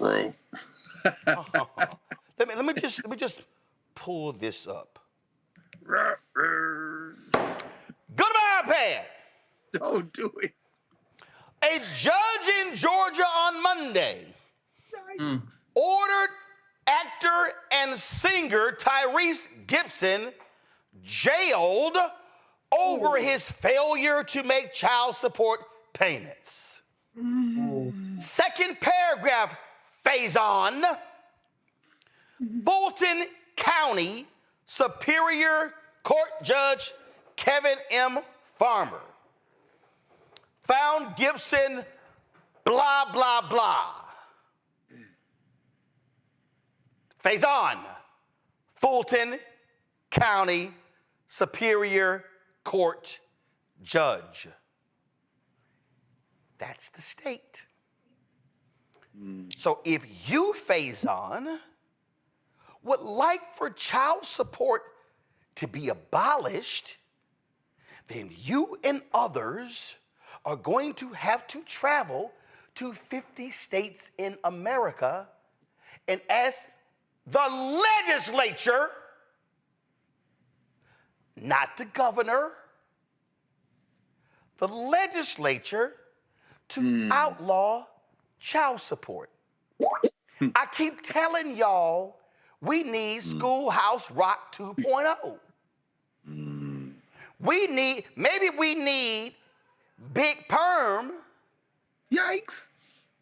Passing out some ice cream so we all can learn civics.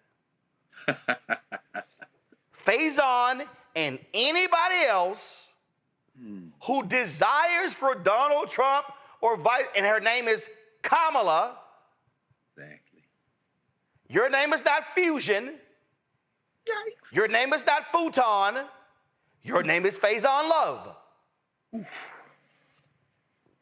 So you can't say, well, one of the presidential candidates, can you please get rid of child support? Child support, Faison, is not a federal matter.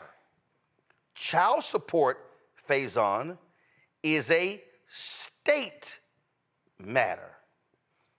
Faison, please understand, when we're talking about the United States Constitution, there's a provision in the United States Constitution that deals with the issue of states' rights and federal rights.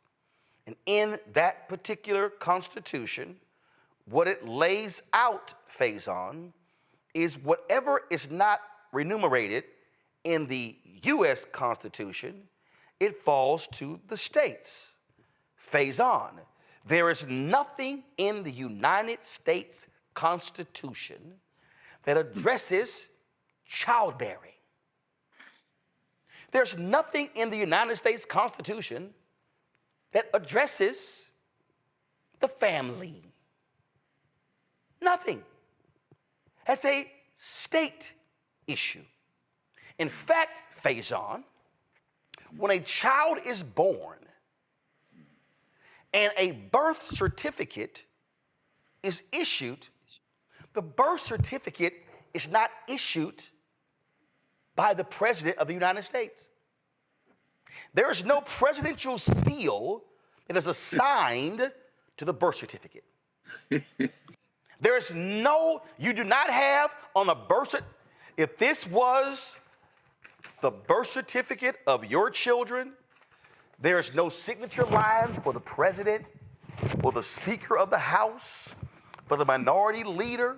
There's no line for the Secretary of Defense, Secretary of Health and Human Services, Secretary of Commerce. Doesn't exist. Because it's not federal, it's state. In fact, drill deeper, phase on, the birth certificate is county. I was born in a segregated hospital, Riverside Hospital. That's where all the black people were born in Houston until after integration, in 3rd Ward, Riverside Hospital.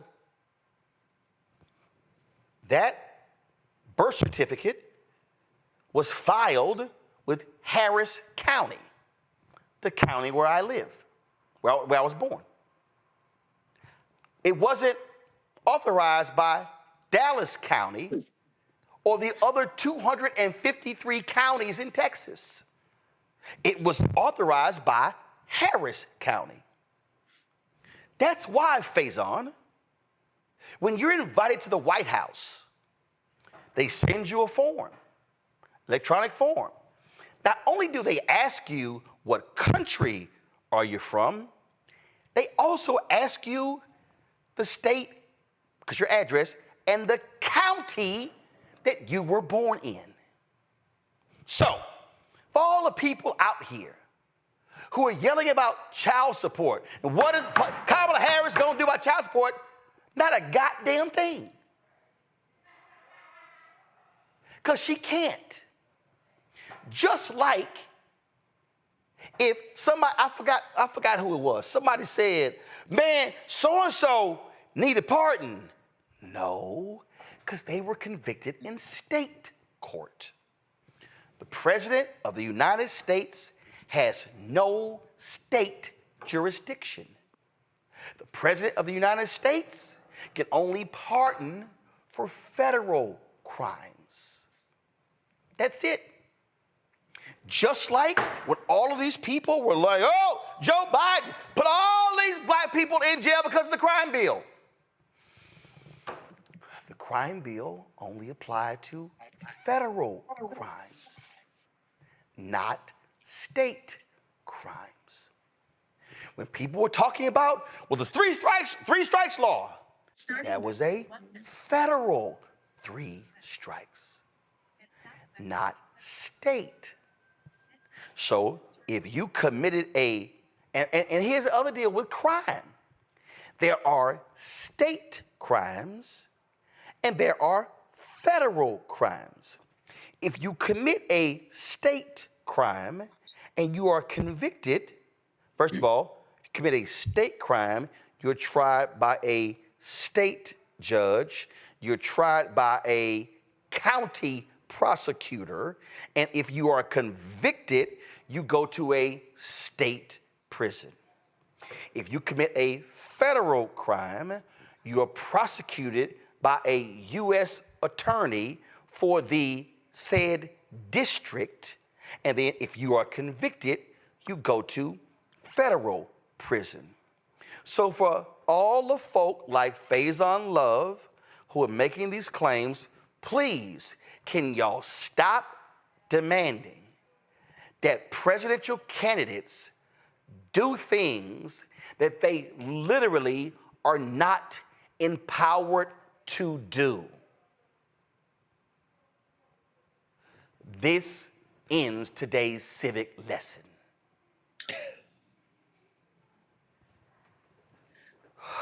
Damn! But Roland. Go ahead. Well, I'm with you 100%, and thank you, Professor Martin. But the thing that really scares me about what yes, dude is a moron. Whatever he said was absolutely idiocy. Completely. And here's the deal. Maybe he didn't know, But my God. That's fine. Maybe he didn't know, but let me tell you what he did, what he could have done, which is very, very dangerous, right? So we have Kamala Harris that's talking about women's reproductive health and reproductive rights. We also know that Black women have the highest rates of maternal mortality and infant mortality, right? Black babies, Black mommies. We have to try to protect those people, those women, right?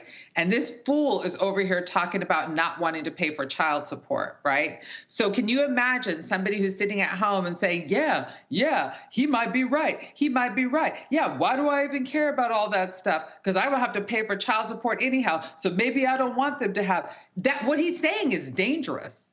It's not just stupid. It's dangerous, and it endangers Black mothers and Black children, not just because of the check that he's talking about, but because of the fact that reproductive rights and reproductive health are on the ballot. That's why it's so dangerous. It's stupid, but it's dangerous, and that's the thing that we have to remember. And let me be real clear here, Lauren.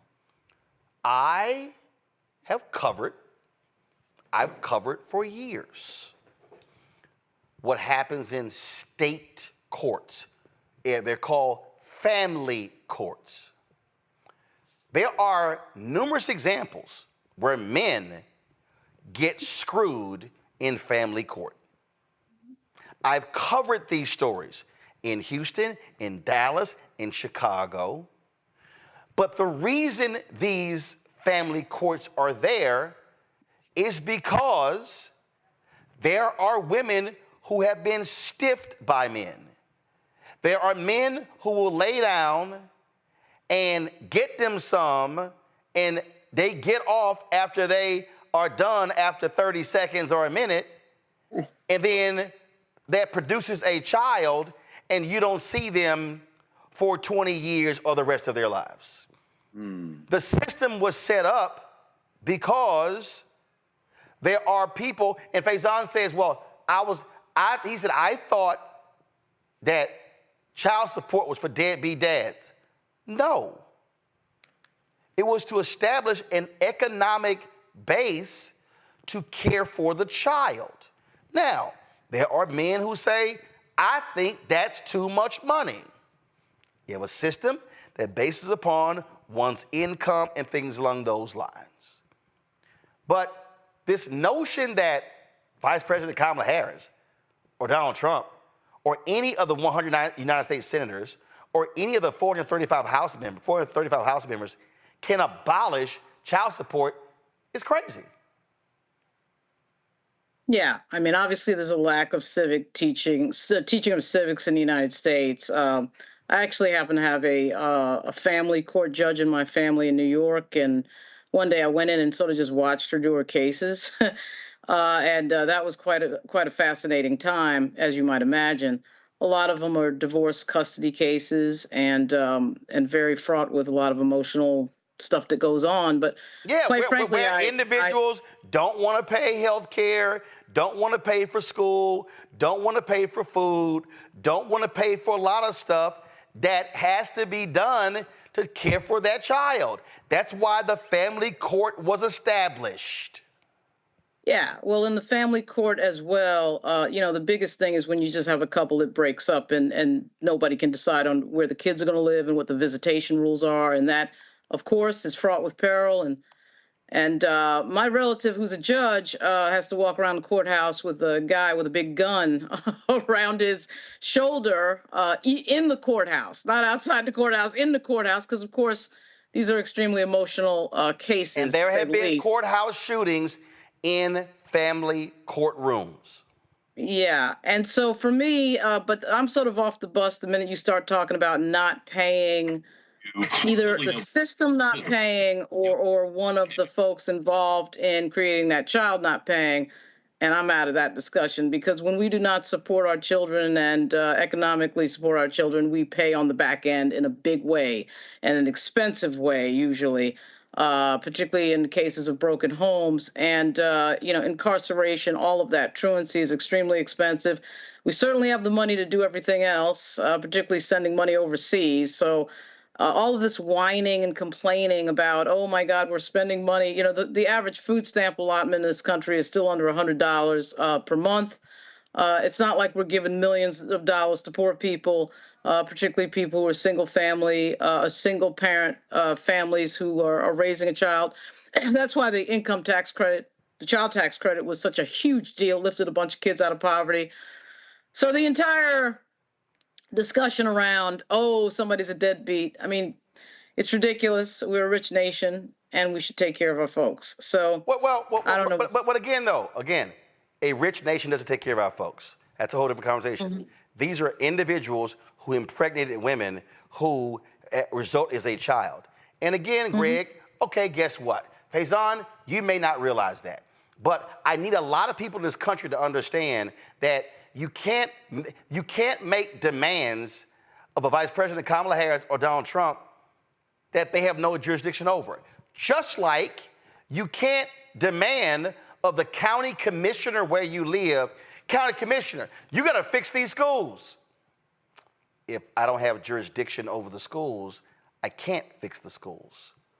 Now, there may be a school board. Does that school board have jurisdiction? Just like, and again, I'm helping all the people out here who don't realize this, okay?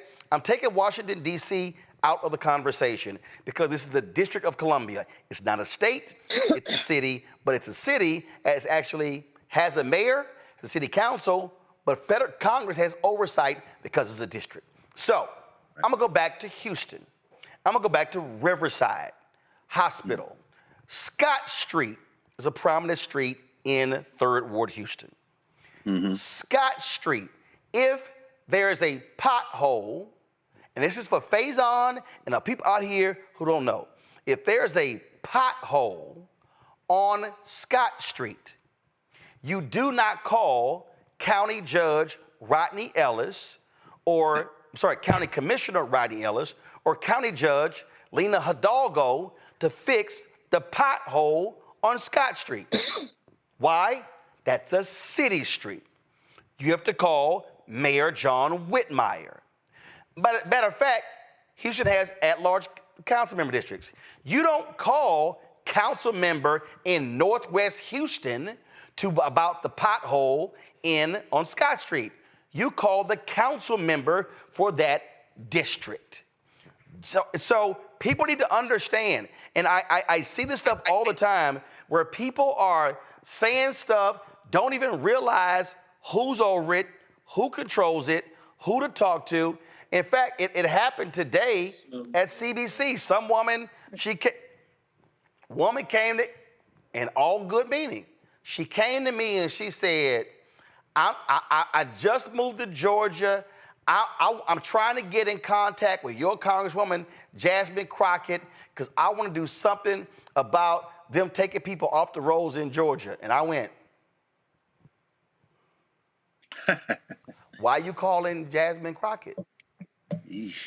I said, Congresswoman Jasmine Crockett represents a district in the Dallas area. You live in Georgia. So if you want to deal with, and I said, and matter of fact, Congresswoman Jasmine Crockett is on the federal level.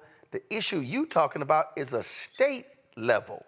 And I literally said, sister, if you want to lend your talents, I said, call Georgia Stand Up, a grassroots organization in Georgia. I said, but you in Georgia calling the Congresswoman in Texas to deal with a Georgia problem, that ain't going to work. That's what we're doing. It's Civics 101, Greg.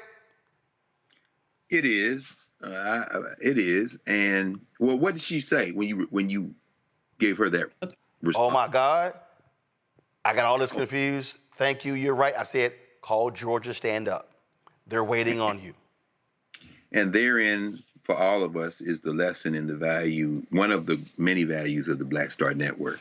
For those who are truly seeking information, an answer will provide that nudge in the right direction and some direction. In 34 years of teaching, one of the phrases, and I heard it again today in the classroom, there's a paper, I have a paper due in one of my classes on Sunday. I gave them the weekend to finish it. And these two words bring me they're triggering for me sometimes. I have to remind myself, though, that the kind of society we live in, which produces Faison loves and folk like it, I'm confused. I said, to be confused, you have to have a solid position. So what's your position against which what I've said doesn't make sense? And that's when typically when people say they're confused, it's like Faison saying he's bored. That speak for I will not take the time or focus to enable my brain, which is fully capable of understanding these things, to engage, to think through what's going on. So when Faison, and I like when students say I'm bored, when you say I'm bored, what they're really, you should be bored when you've mastered a thing to the point where you don't have to think about it. Not when you have looked at a thing and said, I don't understand. You got to use your words here.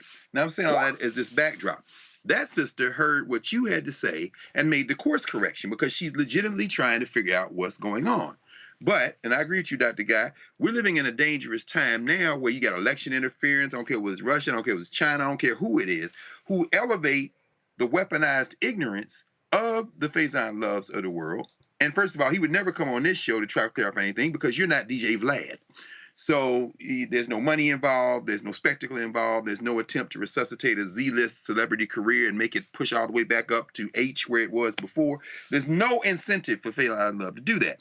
Plus, we know there, but for the grace of God goes everybody who, God help any of us, might fall into a situation in life where they just feel hopelessly overmatched. And people in this country look at politicians like celebrities. And this, again, is where I think we're going with this. In a society where people like that aren't interested in information, but in venting whatever combination of addled, stressed, traumatic, miseducated, convening is in their soul to bubble it forth, they can be used as pawns in larger games. We know that voter suppression is real. We know that weaponized ignorance is real. And a Faison Love has a role to play in a federal election that will set aside all the intelligent conversations about federal and state and local power, set aside all the conversations about child support, where it comes from, why it's necessary, why it must be paid, when in moments when, and most of the time you're talking about men to women, but with women to men, these adjustments should or can be made. That's the conversation for legal scholars, for people going through it, for politicians, for media folks who are informed like you. But it's not a conversation when weaponized ignorance has a very good chance of affecting the federal election. And that's what makes Faison Love dangerous. Not that he needs to be corrected in terms of his information. He and everybody else who thinks that way should be. But because they can be used as pawns in a much larger game. And the next thing you know, the next fool that turns on social media and says, see, Kamala Harris is not for getting rid of this child support. She's against black men. And then here comes the press from wherever, Moscow, Beijing, wherever, and boom, it's weaponized. And here go 3 more Negroes in barbershop spreading ignorance. I don't know how we combat that is the question. That's right. Well, I just, the thing for me is, folks just say stuff, and you're right, and I keep saying this, but all these celebrities, you have a larger platform than some Yahoo talking on social media. Absolutely. You do. And so, before you open your mouth, ask somebody. Literally say, hey, bro, let me ask you a question. Could Vice President Kamala Harris or Donald Trump or Joe Biden, could they get rid of child support? No. Now, it's also important, make sure you ask somebody who knows what the hell they're talking about. So you know what, matter of fact, let me just give this advice to Faison Love and anybody else. I want you to go through life as if this is the game Who Wants to Be a Millionaire. And now remember the game Who Wants to Be a Millionaire? Remember they had Phone a Friend? Now, Lifeline. Now, every single one of us know is some people we know ain't never getting a phone call. Facts. Now, you might have a friend if the question is about alcohol, call their ass. Cause you know they are partying drunk. Call their ass. I'm gonna tell you right now, if the question has to do with alcohol, don't call Ro. I don't drink. I can't help your ass. I can't tell you what the hell is the difference between Tito's and Patron and 1942 or 1492, whatever the hell. I can't help your ass out. Don't call me. There's some folk you know, they love music. Man, they can tell you song, artist, all that. Is some folk, man, don't know nothing. You're not gonna call the person who don't know music and ask they ass a music question. So the Faison and a bunch of y'all, if you got political questions, don't ask somebody your ass know who you know don't know a damn thing about politics. Ask somebody before you do a video and post it on social. Because even if you ain't a celebrity, a bunch of clueless people can take your video and run with it, and now it's all over the country, and you went viral on some bullshit. Like the lying-ass racist in Springfield, Ohio, where a white Nazi went to the city council saying Haitians were eating animals, and guess what? Dumbass MAGA racists took that video and it went all the way up to dumbass Senator J.D. Vance and equally dumbass Donald Trump, and that fool goes on a debate and literally said, they're out here eating people. I need y'all to hear what I just said. One nutcase racist Nazi went before the city council and alleged that Haitian immigrants were eating animals, cats and dogs, and that shit has now gone all the way up to the dumbass running for president of the United States for the Republicans.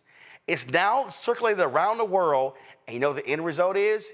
You have Haitian immigrants who are keeping their kids at home because they're scared for their safety, because now you have fools who are hunting Haitian immigrants in Springfield, Ohio, based off of a bullshit lie.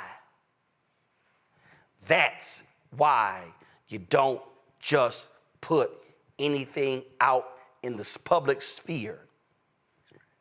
Ask first before you hit record. And then if you do hit record, take the video and go to somebody and say, can you look at this for me? What you think? So run it by a few folk before your ass hit send. I'm just saying. I'm just saying. I'm telling you, we have a massive deficit in this country, y'all, when it comes to civics. And I deal with this, Mignon, I deal with this every single day. The number of people who just don't know who the hell does what. They don't know what the FDA regulates. They don't know what the Federal Trade Commission is responsible for. They don't know what it's, and I get it. Not everybody knows everything about politics, but my God, we gotta stop blaming politicians for things that they have no jurisdiction over. And then people go, well, why don't you? Because they don't. And it's an epidemic, Mignon. I'm telling you, it is. It is indeed an epidemic. And I think that Dr. Carr was correct. People have to have, I was listening to you, I'm thinking to myself, not only is there a dearth of understanding or a lack of education in terms of civics, but I was also thinking about media literacy, because that's the same thing that we're talking about, right? All this information or misinformation, disinformation, BS, whatever it is being disseminated via various media channels, right? And a lot of people now don't know how to ascertain, fact from fiction or reality even anymore. So it becomes more important than ever to have really trusted sources for information when it comes to media in particular, to try to debunk it, because a lot of the media that we see is even, cable TV news, whatever it is is spun in a way that is still misleading to the general public, right? So we have to have these trusted sources. Yes, you got to have your phone a friend. You better know who that friend is. But you also need to be able to wade through all of the misinformation, disinformation, lack of education, whatever it is that's being spewed out there, because at some point it becomes overwhelming for the general public. So that's why it becomes more important to have places like the Black Star Network, because people are overwhelmed. I'm not giving them a pass because the onus is upon them. But think about how hard it is to find accurate accurate information these days, right? And so we have to have these trusted sources, and we have to support these trusted sources. I'm telling. I mean, Greg, Greg, listen. Both of y'all are professors, and I'm sure y'all got a woo-saw every day, and y'all hear something that come from a student, and you look at them like, "Where did you get that from?" I saw it on TikTok. It's a whole lot of TikTok, Instagram, YouTube, lawyers, doctors, engineers, and professors. Absolutely. Absolutely. And we'll argue with you, Dr. Guy. You made the point. I tell you, sis, that's it. I mean, and bright folks. I had some young people at the beginning of the week. I was speaking to our freshman seminar course. They invited me to come and give a talk, so I did 50 minutes. And later, there were about maybe total that day, a couple of thousand students, did two shifts. And the first one came down and students started asking me about Umar Johnson. And I know Umar for many years, since, he lived in Philly. It's hard not to know Umar. He was in the streets at that time doing what he does, long before the YouTube thing blew up. But when I tell you that it doesn't really matter, there's this huge swell of folk who, to your point, that the guy can't distinguish between, what to trust, what not to trust. Remember the sister you had on this summer from Onyx Impact with all the report on disinformation in Black communities. Yep. That ocean, that fire hose of stuff, they can't tell the difference between.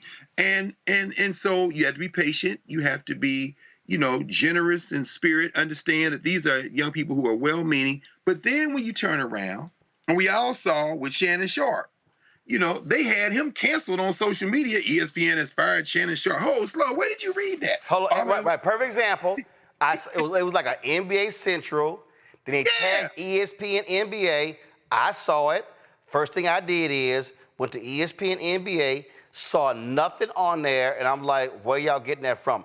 Like right now, all these Republicans, a whistleblower alleges that ABC gave Kamala Harris test questions, and that's how she knew the answers. Man, go sit your ass down. Come on. There it is. I mean, like you say, like Asosa Osa, who was the principal at Onyx Impact, said this summer to you, when you can't tell what to trust and what not to trust, you have to be able to look to somebody you trust to help you with that. And I agree with you, Doc. Black Star Network, it's more valuable now than at any time because we are entering a phase of political warfare that the species has never seen before. And again, this goes back even to Donald Trump.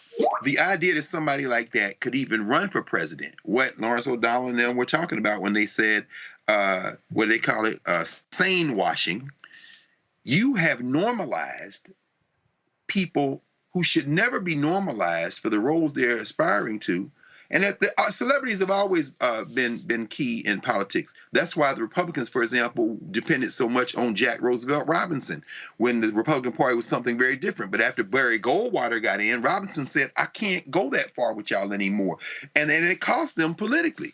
Well, this isn't 1964. This is 2024, and now you can have everybody from Jermaine Dupri to to Faison Love doing what they're doing, and on a network like this, unlike a lot of people, Roland, you will invite those people into the space and walk them through the era, whether it be Ice Cube or all the way through down to what's his name, Tyrese.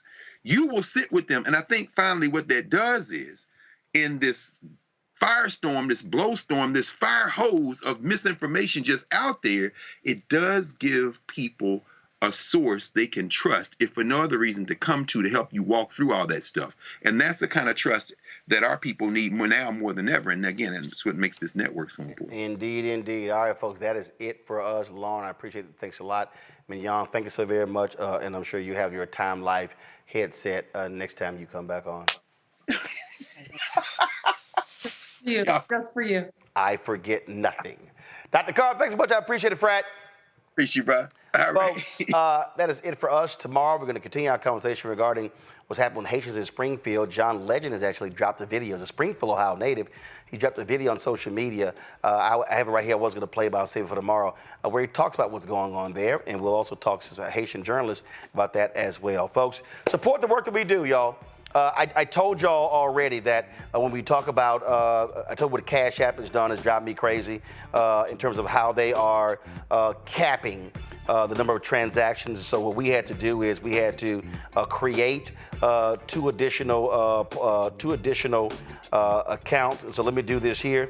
So let me show you what those are, so you know, and you're getting it straight from me. These are the only, so the one account that we have is Cash App, $RM Unfiltered, okay? So we have that one, all right? So matter of fact, I'm gonna put both on the screen. Just give me a second. So, so we have, so there are only 3 that we have, and I hate the fact that I have to give you 3. I prefer, because we've had fraudulent people trying to steal from our users, create these accounts where they are close to our name. So that has happened. So I hate to have to do that, but I'm left with no choice by the folks at Cash App, because what they've done is they've changed their procedures to now they're capping the number of transactions you can have per day, per week, and per month. And that, listen, we don't control how many people actually give on our show. We don't control any of that. So y'all know I sit here and don't play. I consider me talking to y'all, and also block people on YouTube. I'm sitting here, so this is what I want y'all to do. I want you to go to, give me one second, I'm setting this thing up for you because I want you to support us in what you do, but I don't want you giving to some of these dummy accounts. But we now have to we have 3 accounts because of what Cash App has done, and it's insane what they've done. It's just dumb. I don't understand it. It makes just no sense. Like, what are you doing? Why would you even do something like that? Let's see. For some reason, our Roku is not working. Let me come on. Let's see if I can do this. So our Cash App is $RM Unfiltered, okay? That's our normal Cash App, okay? You can also support us so that this isn't working. I'm gonna have to do this a separate way, okay? So our normal is Cash App, $RM Unfiltered, but we also have another one. Let me show y'all what that one is. Hopefully I can get this connected for you. Looks like we cannot, so I'm having some issues connecting. So I want to show you from my iPad this account for some reason. So here's the deal. Cash App, $RM Unfiltered. That's our normal one. The other one that we have is Cash App, Uncle UNCLE ROROMARTIN. The other one that we have is $BLK STAR Network, Black Star Network. $BLK STAR NETWORK. Those are the only 3 that we have. Now, if y'all give, here's the crazy thing, they don't even tell us what the hell the cap is. So we don't even know what the number is. So we just look at how many transactions we got that day, then all of a sudden we see the rejections. So it makes no sense. So this here is our normal Cash App right here, $RM Unfiltered, okay? So then we had to create another Cash App. So this is the other Cash App, Uncle Roro Martin. Then we had to create a third Cash App for Black Star Network, $BLK StarNetwork. So you can hold your phone up to the screen and you can literally just put your camera up and then tap it. It takes you right to the account. So I'm gonna do it for you again. So this is Black Star Network, BLK, StarNetwork. Our Black Star logo is on it. The other one is right here, which is $ Uncle Roro Martin. So you can hold your phone up to that if you want to use that one. And the main one that we have, and it's rejecting a lot of your donations, is the one we've always had, $ RM Unfiltered. And so that's what that one is, so you can hold your phone to that one. So hopefully Cash App would get rid of this stupid ass new rule, but we can't wait on them because many of you want to support the work that we do, and we appreciate every single dollar. I'm telling you, we don't waste money. We want you to support what we do, and so we got to go to this route. So here are the other ways to give. You can see your check and money order, P.O. Box 57196, Washington, D.C., 20037-0196. Again, PayPal, R. Martin Unfiltered. Venmo is RM Unfiltered. Zelle, Roland at RolandSMartin.com. Roland at RolandMartinUnfiltered.com. That's it, folks. I'll see y'all tomorrow right here on Roland Martin Unfiltered on the Black Star Network. Holla!